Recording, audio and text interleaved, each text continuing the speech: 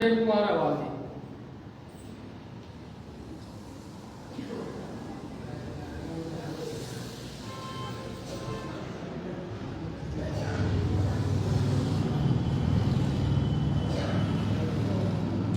सर्वप्रथम बहुजन समाज में जन्मे सभी संतों गुरुओं महापुरुषों के चरणों में सर्वस्व अर्पित करता हूँ और बाबा साहब भीमराव अम्बेडकर जी जिन्होंने भारत का संविधान लिखकर इस देश के गरीबों को, शोषितों पीड़ितों को, इस भारत देश की महिलाओं को और भारत देश को एकता के सूत्र में पिरोने का जो काम किया संविधान लिखने के माध्यम से, उनके चरणों में भी श्रद्धासुमन अर्पित करता हूँ। 6 दिसंबर 1956 को बाबा साहब जी का निधन हो गया। उसके बाद बहुत बड़ा शून्य भारत में पैदा हो गया कि बाबा साहब के बाद उनका नाम लेने वाले जो है बहुत कम लोग बचे। उसके बाद का जो इतिहास है, आज हमारे बीच में गुरुजी B.R. कौंडल जी आए हुए हैं और आपको उस इतिहास के बारे में जागरूक करेंगे, बताएंगे कि कैसे मानव साहब श्री राम जी ने संघर्ष किया और कैसे जो है आगे तक कार्य हुआ। तो एक दो बातें रख के मैं अपना समय आज के मुख्य अतिथि को दूंगा। तो एक पुणे के अंदर गोला बारूद बनाने की भारत सरकार की फैक्ट्री में एक BSc इंजीनियरिंग करके एक साइंटिस्ट लग के जब एक ऐसे समाज का व्यक्ति वहां लगा और वहां पे 14 अप्रैल के दिन दीना भाना नाम का व्यक्ति एक जो सफाई का काम करता था, 13 तारीख को उसने जो छुट्टी के लिए अप्लाई किया और उसको ये कहा गया कि अगर आप छुट्टी करते तो आपको सस्पेंड कर दिया जाएगा। तो वो उसने बोला भाई मेरी नौकरी तो बाबा साहब की वजह से, बाबा साहब संविधान अगर नहीं लिखते तो मेरे को नौकरी नहीं मिलनी थी। तो भाई बाबा साहब की जयंती का 14 अप्रैल के कार्यक्रम में मैं तो जाऊंगा। 15 तारीख को उसको सस्पेंड कर दिया गया, जो नहीं चाहते थे कि वो जो है वहां पे कार्यक्रम में जाए। जब सस्पेंड किया गया तो बड़ा एजिटेशन हुआ। तो मान्यवर साहब कांशीराम जी को भी किसी ने कहा कि भैया आपके समाज के आदमी को सस्पेंड कर दिया है और सस्पेंड कर दिया है। तो मान्यवर साहब कांशीराम जी उनसे मिलने गए और बहुत सारी घटना ऐसी हुई जिस घटना के बाद उन्होंने 1 साल के अंदर अंदर जो है नौकरी छोड़ दी और नौकरी छोड़ दी। पूरे भारत का 16 साल भ्रमण किया। जिस 16 साल का भ्रमण किया उसमें बहुत सारी बातें निकल के आई, जिसके बाद उन्होंने एक समय आया 16 साल साइकिल इतिहास का एकमात्र व्यक्ति जिसने 4500 किलोमीटर साइकिल चला के सामाजिक परिवर्तन किया और 16 साल जब साइकिल सारा पूरे भारत को भ्रमण किया। उसके बाद उन्होंने बहुजन समाज पार्टी की स्थापना करी। 9 साल लगभग संघर्ष किया, 9-10 साल। उसके बाद बैंक कुमारी जी पहली बार मुख्यमंत्री बने और हम हिमाचल के लोगों के लिए बड़े सौभाग्य की बात एक और है। विस्तृत बातें जो है B.R. कौंडल गुरु जी बताएंगे, लेकिन मैंने थोड़ी सी अपनी तरफ से कुछ बातें इसलिए बताई ताकि आपको आगे भी ये बातें पता चले तो आपको याद रहे। तो जब पहला इलेक्शन बहुजन समाज पार्टी ने भारत में लड़ा था तो उसमें 2 राज्य के इलेक्शन होने थे। जब DS4 बना था तो एक तो गुजरात था और दूसरा हिमाचल प्रदेश था। तो हम तो इतने भाग्यशाली हैं हिमाचल के लोग कि मान्यवर साहब राम ने हमें उस जो सामाजिक आंदोलन खड़ा किया पूरे भारतवर्ष में, उस सामाजिक आंदोलन में हमें सबसे पहले इलेक्शन लड़ने का मौका मिला। लेकिन इतिहास की बातें हम तक नहीं पहुंच पाती थी। हमें भी बाहर जाके पता चला। 7-8 प्रदेशों में मैंने जो है BSP को नजदीक से आगे बढ़ते हुए देखा। राजस्थान की बात हो, दिल्ली की बात हो, उत्तर प्रदेश की बात हो, हरियाणा की बात हो, पंजाब की बात हो, चंडीगढ़ की बात हो या उत्तराखंड की बात हो, वहाँ पे भी आज पूरे इन 7-8 प्रदेशों में मेरे बहुत सारे दोस्त हैं, मित्र हैं, जिनके साथ मैंने आगे बढ़ते हुए देखा।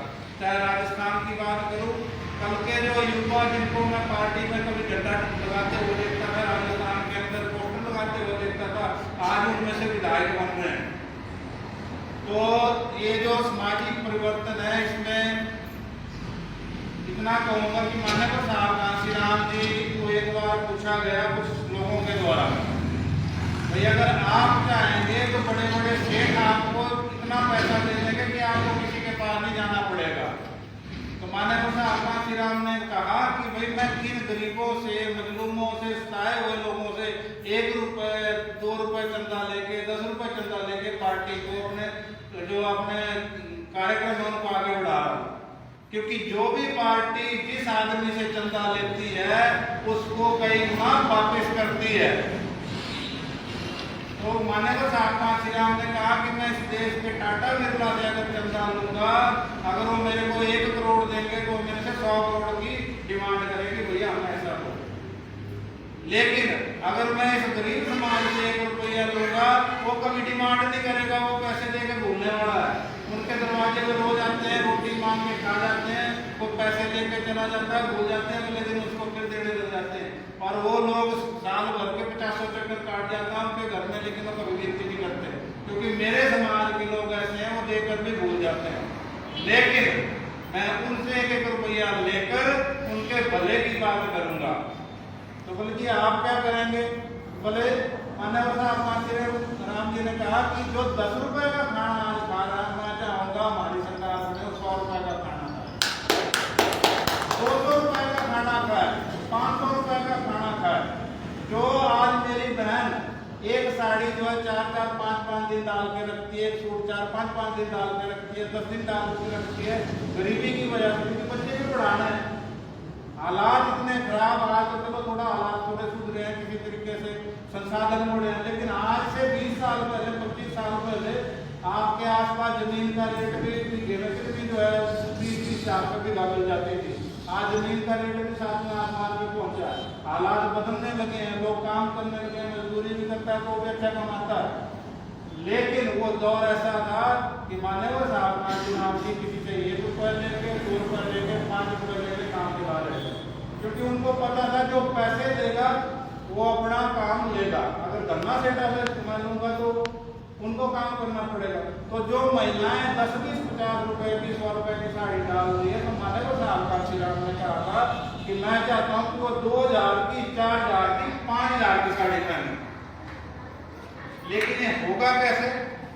ये होगा जब बहन कुमारी मायावती जी की सरकार बनी, तो जो सफाई करने वाले थे 1 लाख लोगों को लगभग जो है पक्की नौकरी दी गई थी उत्तर प्रदेश के अंदर। तो अगर हिमाचल प्रदेश में पीटीए पॉलिसी है, मल्टीटास्क भर्ती है, जिन पॉलिसियों में हमारे बच्चों को, हमारे युवाओं को 8-10 साल तक लगाया जाता है, बहुजन समाज पार्टी की सरकार आएगी तो हम पक्की नौकरियां देंगे उनको, चाहे सफाई वाला हो चाहे कुछ हो। दिल्ली का हालात ऐसा है, किसी ने झाड़ू का निशान ले लिया, वहाँ पे जो वाल्मीकि समुदाय के लोग सफाई करने वाले को ठेकेदारों का दे दिया उनकी सरकार बनने में।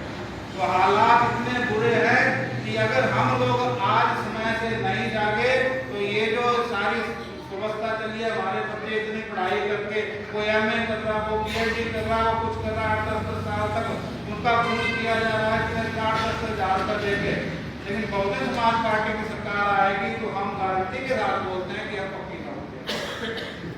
और तो माननीय साहब कांसी राम ने बात बोली थी, उसको अंत में मैं एक बात बोलना चाहता हूँ कि क्यों, क्या बोला था उन्होंने बोला था जो समाज जो हजारों सालों से गरीबी में रहा, जिसको पढ़ने की आजादी नहीं थी, कुछ नहीं थी, उसकी मैं परचेजिंग पावर बढ़ाऊंगा। जिसकी परचेजिंग समाज की, जिसकी परचेजिंग पावर बढ़ती है, खरीदने की पावर बढ़ती है, वो बढ़ती है पैसे से। और पैसा जब आपके पास आएगा, वो कैसे आएगा? जब आपके बच्चे सही टाइम पे सही नौकरियों में जाएंगे, पक्की नौकरियों में जाएंगे, जहाँ पे उनको 60-70 हजार रुपये शुरू में मिलेगा, तो परचेजिंग पावर बढ़ेगी, वो अपना घर भी बनाएगा, गाड़ी भी बनाएगा, बच्चों को अच्छी एजुकेशन भी देगा।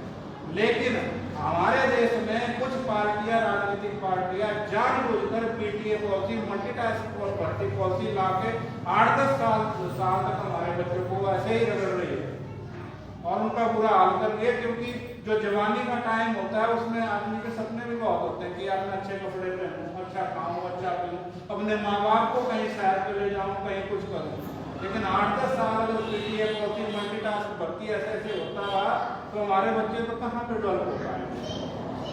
तो मेरा आप सभी से विनम्र निवेदन है, ये जो मिशन है बहुजन समाज पार्टी का, एक मीटिंग में समझाने वाला नहीं है। और बाबा साहब आपने देखा होगा, आपने प्रतिमा तोड़ी जाती है, तीसरे दिन न्यूज लगती है। वो किस लिए तोड़ते हैं लोग?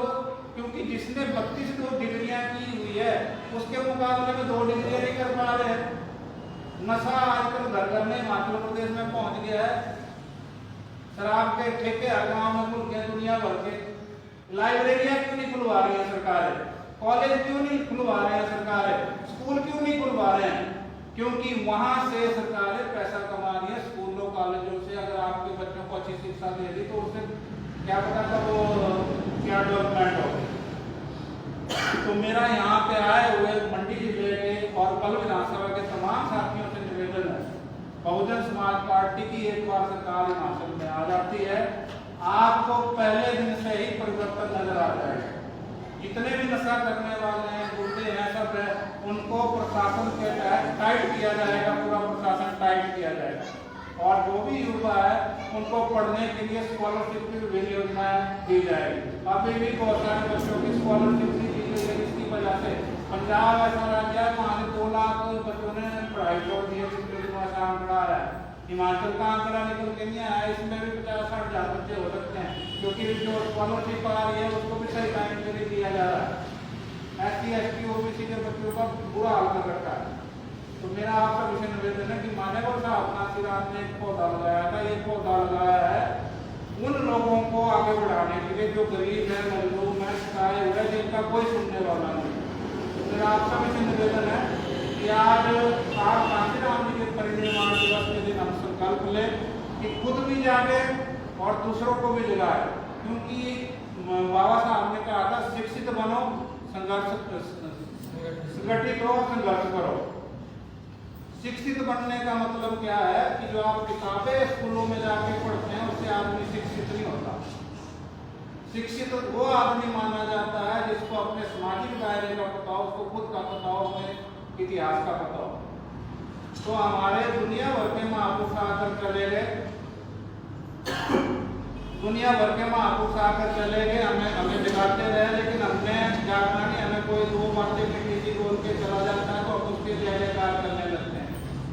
बाबा साहब ने कहा था मेरी जय जयकार करने की जरूरत नहीं है, मेरी बातें मान के अपने परिवार को, अपने समाज की और खुद की डेवलपमेंट करो।